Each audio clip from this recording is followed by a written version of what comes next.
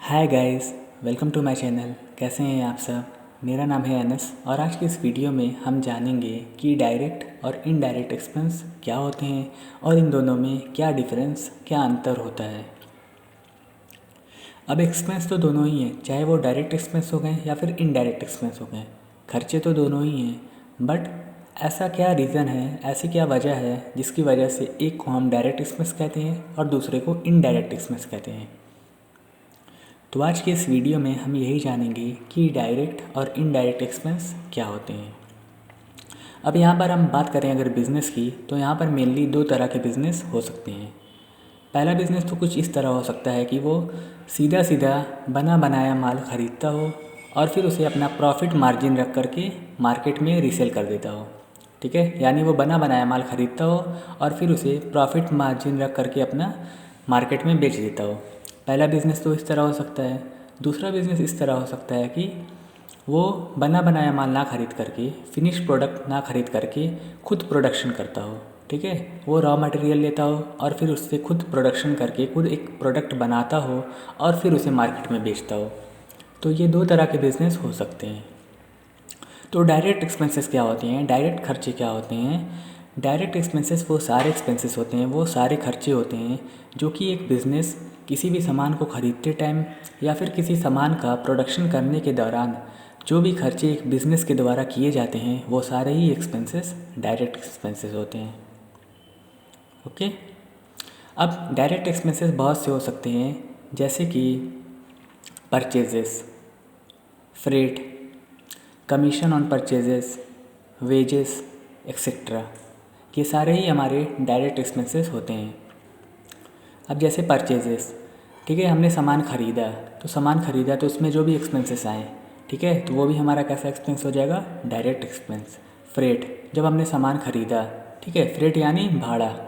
तो जब हमने सामान ख़रीदा था, तो उसको जब सामान ख़रीद करके जब हम अपने बिज़नेस तक लेकर आएंगे उसको, तो जिस सोर्स से हम लेकर के आएंगे उसके लिए हमें फ्रेट पे करना पड़ेगा, यानी भाड़ा देना पड़ेगा, जिस भी सोर्स से हम उस सामान को लेकर आएंगे।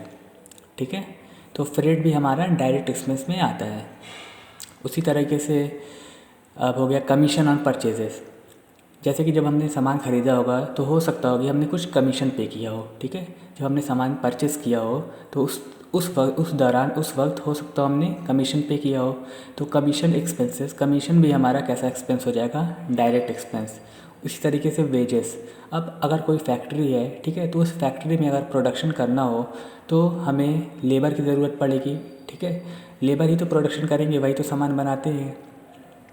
तो लेबर को हमें क्या देना पड़ेगा, मजदूरी, यानी वेजेस। तो वेजेस भी हमारा कैसा एक्सपेंस हो जाएगा, डायरेक्ट एक्सपेंस।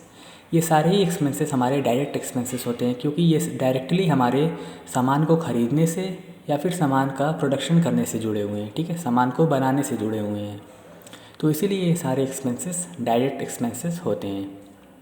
तो ये तो बात होगी डायरेक्ट एक्सपेंस की। अब आइए देखते हैं कि इनडायरेक्ट एक्सपेंसेस क्या होते हैं।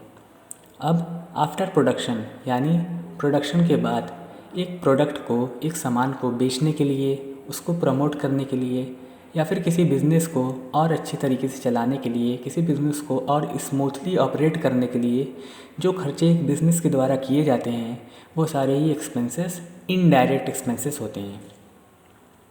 ओके। अब इनडायरेक्ट एक्सपेंसेस भी बहुत सारे हो सकते हैं, जैसे कि टेलीफोन एक्सपेंसेस।